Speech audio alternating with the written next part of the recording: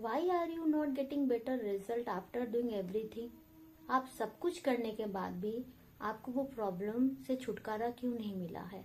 ये क्वेश्चन आ रहे हैं हमें बार बार, मुझे ये क्वेश्चन आ रही है कि सब कुछ करने के बाद भी हमने बायोलॉजिकल क्लॉक को फॉलो किया, हमने हाइड्रेशन पे फॉलो किया, हमने अपना स्ट्रेस मैनेजमेंट, स्लीप मैनेजमेंट पे फोकस किया, अच्छा खान पान ले रहे हैं, फिर भी वो प्रॉब्लम क्यों हमें आ रही है? अच्छा सप्लीमेंट्स भी ले रहे हैं, सप्लीमेंट्स वर्क नहीं हो पा रहे हमारी बॉडी पे, ऐसा क्यों है? बिकॉज दिया you are working on the symptoms, not the root cause of the problem. आप सिम्टम पे फोकस किए हो, आपने रूट कॉज को पकड़ा ही नहीं। उसकी वजह क्या है, वो डिजीजेस हमें क्यों आ रहे हैं, वो प्रॉब्लम हमें घूम के फिर से क्यों आ रहे हैं?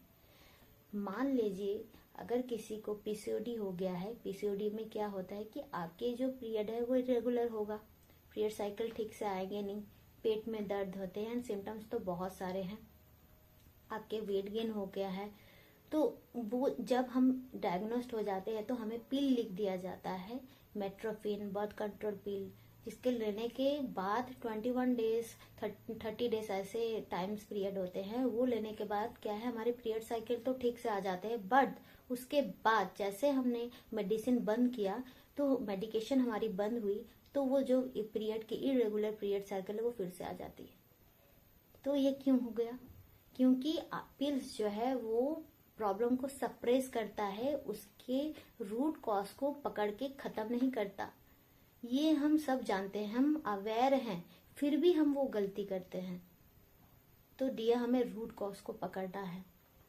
आयुर्वेदा में कहा गया है कि हमारी बॉडी में आमा जब हो जाते हैं तो वो आमा, जैसे कि मेडिकल साइंस में बोले जाते हैं, मॉडर्न न्यूट्रिशन साइंस में बोले जाते हैं टॉक्सिन्स, वो टॉक्सिन्स ही हमारी चिपचिपी आमा होती है। अगर वो चिपचिपी आमा हमारी हार्ट में जाके चिपक जाए तो हार्ट रिलेटेड प्रॉब्लम होती है, आर्टरीज में ब्लॉकेजेस आना शुरू हो जाता है, हाइपरटेंशन आना शुरू हो जाएगा, हाई बीपी।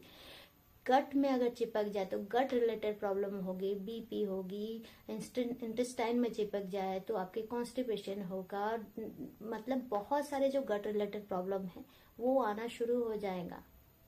ये है आमा का काम, ये है टॉक्सिन्स के काम। ये सब टॉक्सिन्स, ये आमा हमारे पूरे बॉडी में अगर काम करते रहे तो हमारी जो अच्छी, जो हमारी गट में जो हमारी गुड बैक्टीरिया है उसके लिए तो जगह ही नहीं बचेगा, वो अपने काम को किस तरह से करेगा? तो यही आमा को, यही टॉक्सिन्स को बाहर खींच के निकालना है, ये हमारी रूट कॉज है। अगर ये टॉक्सिन्स को हम नहीं निकाल के बाहर करें तो कोई भी सप्लीमेंट्स, कोई भी खान पान, अच्छी खान पान हमारी कुछ काम पे नहीं आएगी, हम जितनी भी कोशिश कर लें।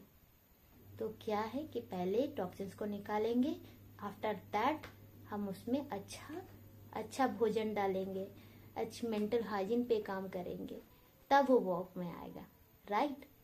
तो ये बात समझनी है, ये बात हम सबको समझनी है, जो प्रॉब्लम में जा रहे हैं उनको भी समझनी है, एंड जो प्रॉब्लम अभी तक नहीं आए वो प्रिवेंशन पे काम करना है। ये सब काम करके ही हम अपने जो रोग है वो उसको बाहर निकाल के फेंकेंगे, एंड जो हमारे रोग नहीं आए उस पे काम करेंगे। तो आप सबको ये क्लियर हो चुकी होगी। अगर कुछ प्रॉब्लम है तो प्लीज मुझे मैसेज कर सकते हैं, मैं उनकी सॉल्यूशन देने के लिए, उनके जवाब देने के लिए मैं कोशिश जरूर से करूंगी। Till then, thank you, take care, bye bye.